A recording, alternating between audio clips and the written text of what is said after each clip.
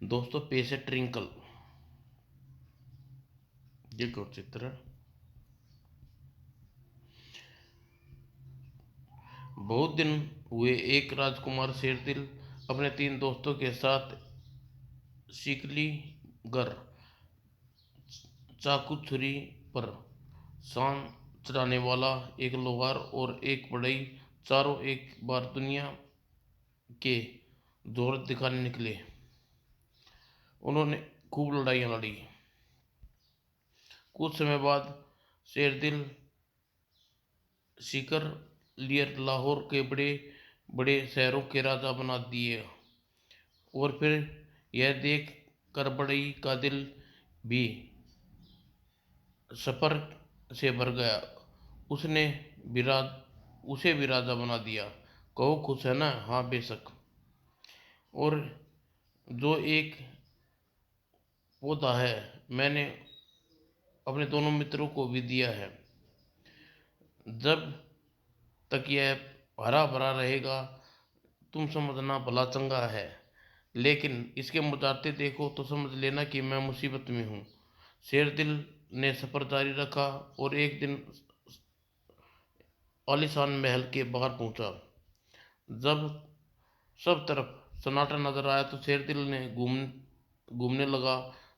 जब वह एक शयन कक्ष से गुजरा, कराने की आवाज। कमरे में गया। एक कन्या कितनी सुंदर है! आह! कौन हो तुम? मैं राजकुमार शेरदिल। माफ कीजिए, अंदर चला आया, कृपा मत जाइए। आप कौन है? मैं एक राजकन्या। मुझे एक दुष्ट दानव उठा लाया। वह मुझे शादी करना चाहता है। वह देखो, वह आ रहा है। तुम फौरन छुप जाओ। बस यह मालूम कर लो उसका खात्मा कैसे होगा, फिर बाकी काम संभाल लूंगा। मुझे एक आदमी की गंध आ रही है। यहाँ आने की भला किसकी हिम्मत पड़ेगी? मेहरबानी करके मुझे मेरे पिता के पास भिजवा दो। पहले मुझसे शादी करना मंजूर करो। तुमसे शादी कर कहीं जल्दी विधवा हो गई तो तुम्हारे दुश्मन अनगिनत है। मेरे दुश्मन मेरा बाल विवाह का नहीं कर सकते। मेरे प्राण शरीर में नहीं, एक मधुमक्खी में। मधुमक्खी में? और वह मधुमक्खी कहाँ है? एक चिड़िया की पेट में। चिड़िया को कोई मार सकता है? वह चिड़िया एक पेड़ पर बहुत ऊंची डाल पर सोने के पिंजरे में बंद है।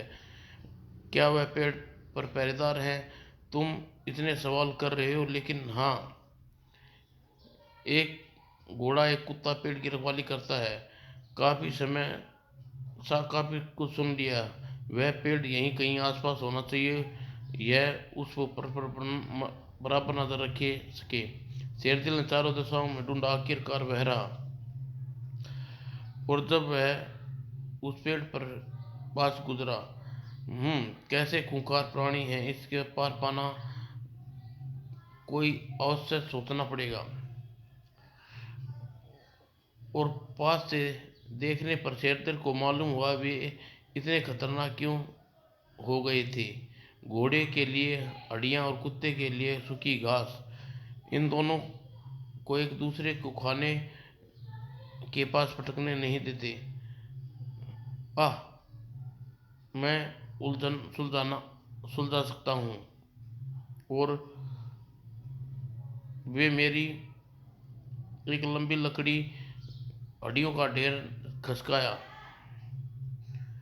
और सूखी घास घोड़े की तरफ। दोनों जानवर खाने में टूट पड़े। यही मौका है। उधर महल में मैं खतरे में हूँ, मुझे लग रहा है। न जाने कोई मधुमक्खी पकड़ने की फिराक में है। दानव उड़कर पेड़ पर पहुंचा। अरे, वह तो चिड़िया उसके शिकंजे में है। दानव आ रहा है। चल मधुमक्खी बाहर थूक। खू। और शेरदिल ने मधुमक्खी को पेड़ पर पटका। अगले ही क्षण धड़ाम। और शेरदिल ने राजकुमारी के पास आ गया। आप आजाद हैं। दानव मर गया। कुछ दिनों बाद महल में ही टिके गए। एक दिन शेरदिल शिकार खेलने गया। राजकुमारी पास की नदी में नहाने चली गई। बाल धोते समय उसका एक बाल उखड़कर नदी में गिर गया। कई मीलों तक नदी में चला गया। और तटवर्ती राजा ने उसे उठा लिया। यह जिस कन्या का बाल है वह कितनी खुद सुंदर होगी। राजा ने महल में लौटने से बुढ़िया को बुलाया। तुम्हारे लिए एक बड़ा जरूरी काम है। इस बाल की स्वामिनी को ढूंढो, उसे यहाँ लेकर आओ। बुढ़िया ने नदी के किनारे रास्ता पकड़ा और एक दिन दानव के महल तक जा पहुंची। मुझे लगता है यह लड़की इसी में अवश्य मिलेगी। कोई आ रहा है। क्या उसका पति है? यदि है तो इसे रास्ते से हटाना होगा। बुढ़िया महल के बाहर रोना धोना शुरू कर दिया और आवाज़ सुनकर राजकुमारी दरवाज़ा खोला। क्या बात है, क्यों रो रही हो? यही यही है, बिल्कुल वही बाल है। तुम्हारा क्या होगा यह सोचकर रो रही हूँ। अगर राजकुमार को कुछ हो गया तो क्या हो जाएगा? चलो, बेकार में तुम्हें डराने से क्या होगा। रुको, कृपया रुक जाओ। बूढ़ी वहां से चली गई। क्या वह पागल थी? शेरदिल सचमुच संकट में है। राजकुमारी ने अपना चैन खो दिया और श्याम को शेरदिल लौटता हुआ दिखा। वो ठीक है और मुझे सारे दिन तुम्हारी चिंता रही। क्यों? मेरे बारे में फिक्र मत करो। जब तक मेरे पास मेरी तलवार है मेरा कोई कुछ नहीं कर सकता। मेरी सारी शक्ति तलवार में छिपी है और तब तक मुझे सुरक्षित रखना चाहिए। अगले दिन शेरदिल फिर शिकार पर गया और फिर उसके जाते ही बुढ़िया महल में आदम की। तुम फिर? राजकुमार के बारे में तुम्हें तस्वीर बहाने की जरूरत नहीं। जब तक उसकी तलवार सुरक्षित है उसका बाल भी बांका नहीं हो सकता। उसकी तलवार? हाँ, मैंने उसकी अलमारी हाँ, वह मैंने अलमारी में बंद कर दी और उसकी म्यान में दूसरी तलवार रख दी। वाह बेटी, तुम तो सुंदर और होशियार भी हो। अब तो तुम्हें फिक्र करने की कोई जरूरत नहीं। ऐसा न ऐसे न जाओ, अंदर आकर खा पी लो। इतनी कामयाबी की तो मैंने उम्मीद भी नहीं थी। दो घड़ी सुस्ता लूँ। हाँ, मैं खुद सोने जा रही हूँ। और कुछ देर बाद, अलमारी की चाबी यहीं है, मुझे उम्मीद थी। और तलवार? बुढ़िया तलवार को रसोई में ले गई और उस आग की भट्टी में फेंक दी। और अगले ही क्षण, आह कितनी गर्मी है, मैं जल रहा हूँ, कुछ गड़बड़ है। ओह, मारा गया। यह तलवार मेरी नहीं है। ओह, मेरी तलवार किसी के हाथ लग गई और महल में राजकुमारी जाग गई। तुम्हारे बाल बाल बड़े घने सुंदर है। चलो, नदी पर इन्हें धो दूंगी। राजकुमारी बेझक बुढ़िया के साथ चली। ओह, आह, एक नाव। चलो, बैठ इसमें बैठो कर बीच नदी में चले। वहां पानी ज़्यादा साफ है।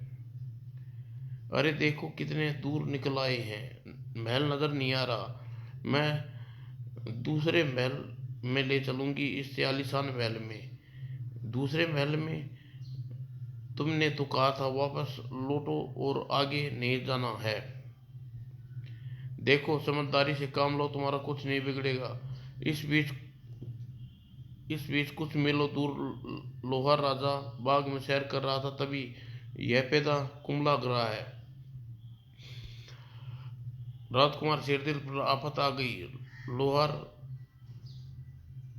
शेरदिल को ढूंढने निकल पड़ा। रास्ते में शिकलीगर और बड़ी मिले। हमारे जो पौधे कुमला गए, हमारा प्यारा दोस्त खतरे में है। तीनों राजाओं शेरदिल को ढूंढने की एडी चोटी एक कर दी और तब जाकर उन्हें जंगल में पड़ा मिला। वह देखो, वह रहा। चलो, बस चले।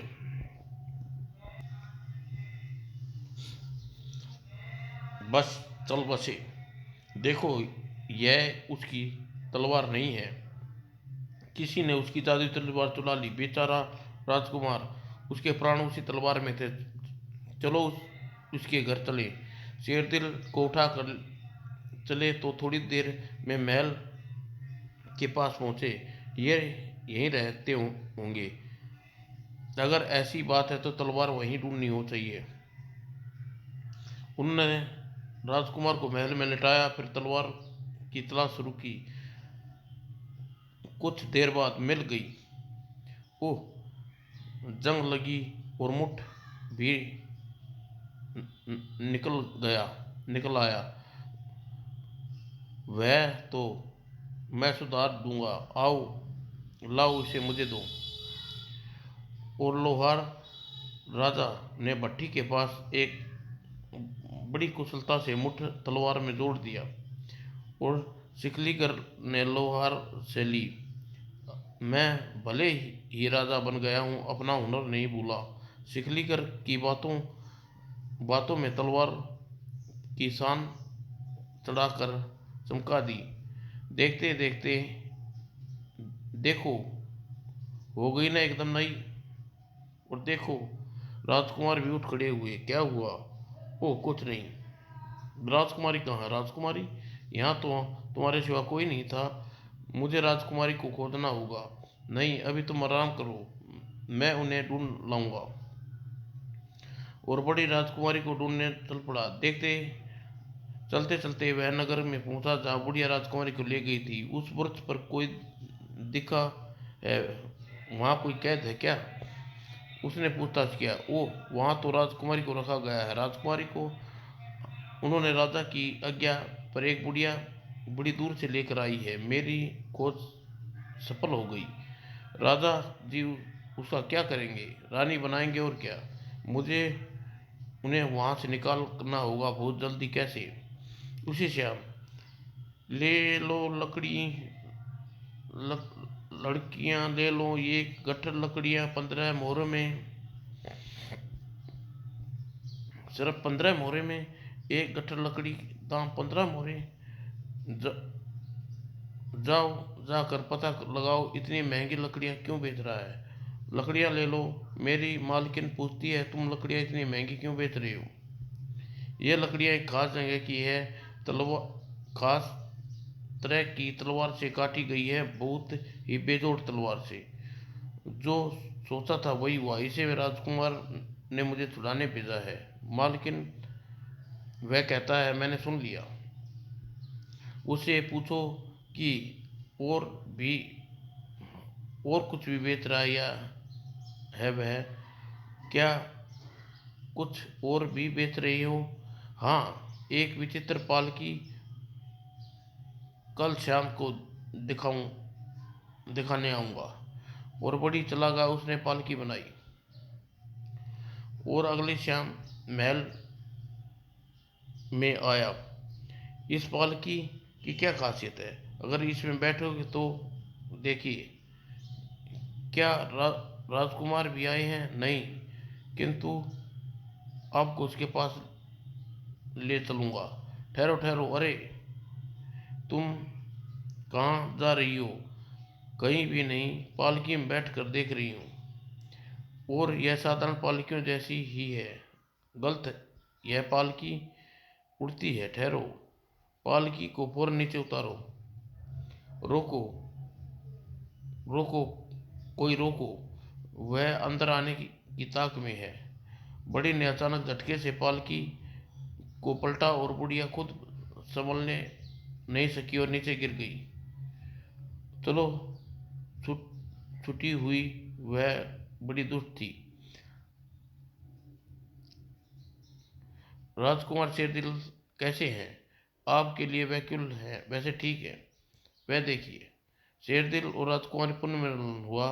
फिर शेरदिल ने राजकुमारी को घर ले गया और दोनों ने विवाह हुआ और हंसी खुशी रहने लगे।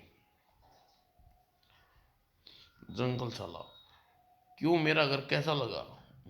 छोटा है, कुछ बदबू आ रही है। बदबू? लेकिन हाँ, नज़ारा बहुत अच्छा है। हाँ, सो तो है। अगर तुम अगर वह पेड़ बीच में ना होता तो नज़ारा और भी अच्छा होता। इसलिए आज इसे जला दूंगा। हे हे, कहीं सचमुच करना बैठना। पेड़ बहुत उपयोगी होते हैं। मैं सिर्फ फल देते हैं बल्कि छाया और बसेरा भी देते हैं। और वे बाढ़ भी रोकते हैं। बाढ़ रोकते हैं? भला पेड़ बाढ़ कैसे रोक सकता है? जब जोरदार बारिश होती है तो पानी की धार जमीन पर इतनी तेजी से गिरती है कि उसकी मिट्टी ढीला कर बाहर ले जाती है और नदी में जमा कर देती है। और नदी में जैसे जैसे कीचड़ जमा होता है, नदी का तल पर ऊपर उठता जाता है और फिर पानी किनारे की तोड़कर बहने लगता है और तटों के इलाके में आ जाता है। ओह, किंतु पेड़ बाढ़ को कैसे रोकते हैं? वे बरसाती पानी को वेग से रुख कम करते हैं, जिससे पानी जमीन में हौले से गिरता है, मिट्टी पर कोई असर नहीं होता। इसके अलावा पेड़ की जड़ें मिट्टी को मजबूती से जकड़े रखती हैं, जैसे पानी के साथ बहे नहीं। वैसे यहाँ बाढ़ वाढ़ का कोई डर नहीं, मैं इस पेड़ को जला दूंगा। जरा कर के दिखाओ। यह बाढ़ मुझे यह झाड़ मुझे बहुत प्यारा है, मुझे भी इसे छुएगा नहीं। डम डम रुको ना, मेरा ख्याल है यह पेड़ अब हमेशा के लिए सुरक्षित है।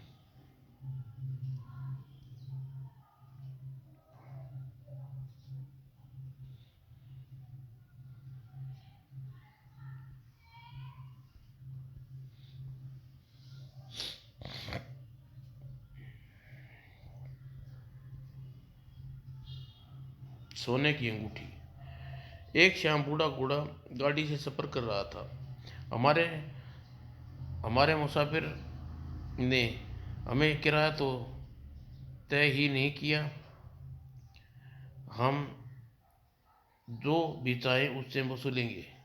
शिष्य जोर से नहीं, कहीं वह सुन न ले। लेकिन यात्री के कान में यह बात आ गई थी। सब बदमाश कहीं के, इन्हें सबक सिखाना चाहिए। यात्री जब यात्री का गांव पास आने लगा तो उसने एक सोने की अंगूठी उतारी और जेब में डाल ली। और रोको, जरा रोको, क्या हुआ? तुम्हारे पास दिया सलाई है? हाँ, लेकिन क्यों? मेरी सोने की अंगूठी गिर गई है, गद्दी के नीचे चली गई है। इतना अंधेरा है कि रोशनी के बिना उसे ढूंढ नहीं पाऊंगा। घबराओ नहीं बाबा, तुम्हारी अंगूठी हम ढूंढ देंगे और फिर हम ही रख लेंगे। ही आ गए ना मेरे झांसे में। और मैं और मैं एक पाई भी खर्च किए बिना घर पहुंच गया। हाँ। एक बार होजा बच्चों को मस्जिद ले जा रहे थे। अरे होजा, ऐसे क्यों बैठे हो भाई? मुझे बच्चों की मस्जिद का रास्ता दिखाने के लिए कहा गया है। अगर पीठ कर ली और बैठा तो उन पर नजर नहीं रख पाऊंगा। तो फिर तुम उनसे आगे क्यों नहीं देख तो फिर तुम उनके अपने आगे क्यों नहीं जाने देते? भाई वाह, कभी कोई मुखिया अपने शागिर्दों को आगे जाने की इजाजत देगा? मिली बिच्छू से।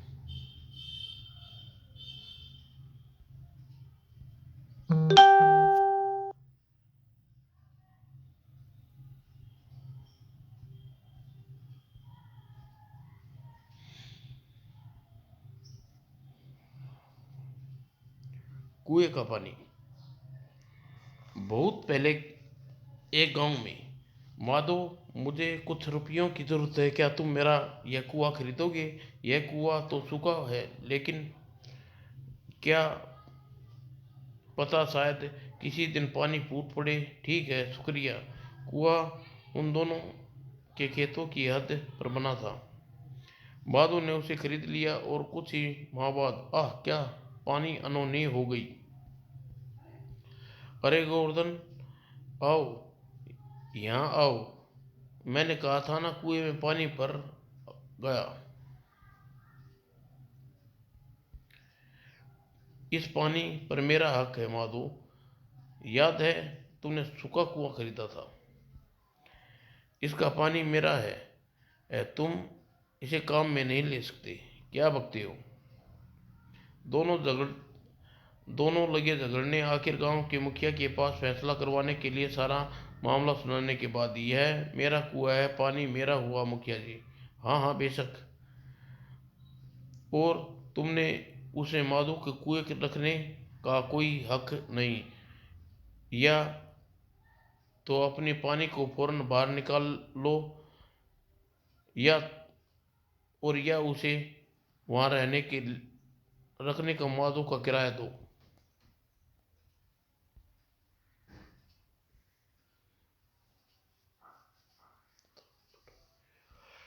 एक जमींदार के घर में सीधा साधा मेहनती लड़का घोड़ों को अस्तबल में काम करता था। एक दिन, हजूर मेरी तनख्वाह कुछ बढ़ाई जाए। यह भी कोई वक्त है तनख्वाह बढ़वाने की बात करने का? देखते नहीं मैं पहले ही कितना परेशान हूँ। जब मैं कह के लगा रहा हूँ या खुश हूँ तो मुझे तसल्ली तरक्की मांगना। थोड़े दिन बाद युवक ने देखा घोड़ा अस्तबल में से गायब है। उसने घोड़े की खोज का चप्पा चप्पा छान मारा, लेकिन वह सब बेकार था। वह कहाँ गया? हाँ, तुम यहाँ क्या कर रहे हो? एक घोड़ा गुम हो गया है हजूर। मैं सोचा शायद ऊपर चल कर आया हो। ऊपर आया हो? तुमने सोचा कि घोड़ा सीधा चढ़कर ऊपर आ गया हो? हा हा हा हा। हजूर, अब मेरी तनख्वाह बढ़ा दीजिए। क्या तरक्की हजूर? आपने कहा था। ओह, अच्छा लड़के, तनख्वाह बढ़ा दूंगा, लेकिन तुम अब घोड़े को कहीं और जाकर ढूंढो। एक बार सुपंदी का हुक्म मिला कि बाजार से नारियल का तेल और घी खरीद कर लाए। यह लो पैसे, और मेरा स्नान खत्म होने से पहले लौट आना।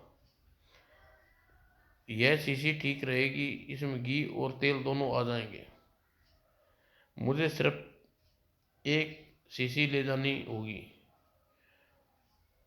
और हाथ में कम वजन होने के फौरन बाजार से लौट आऊंगा। वाह क्या चतुर हूँ! बाजार में, ओह, लो तेल, लो यह तेल दिया, अब घी कहाँ रखूं? सुनंदन ने ताक से उल्ट दी। घी यहाँ रख दें। पेंदी पर ढक्कन, पेंदी के ढीले में, लेकिन कैसे? बेवकूफ़ी का सवाल मत करो। बेजोड़ बेमोड़ जैसे कहा गया वैसा करो। जैसे तुम्हारी मर्जी। उस सुपंदे ने शीशी को लेकर घर की ओर चल दिया। फू फू कदम उठा रहा था। अच्छा तुम आ गए। घी कहाँ है? यह रहा। और तेल? अरे बेवकूफ, काठ के उल्लू, दूर हो जा मेरी नजरों से। हूँ, जाने दो। मेरे सामान को चतुर लोग दुनिया में कदर ही थोड़ी है। क्या किया जाए, सहना ही पड़ता है।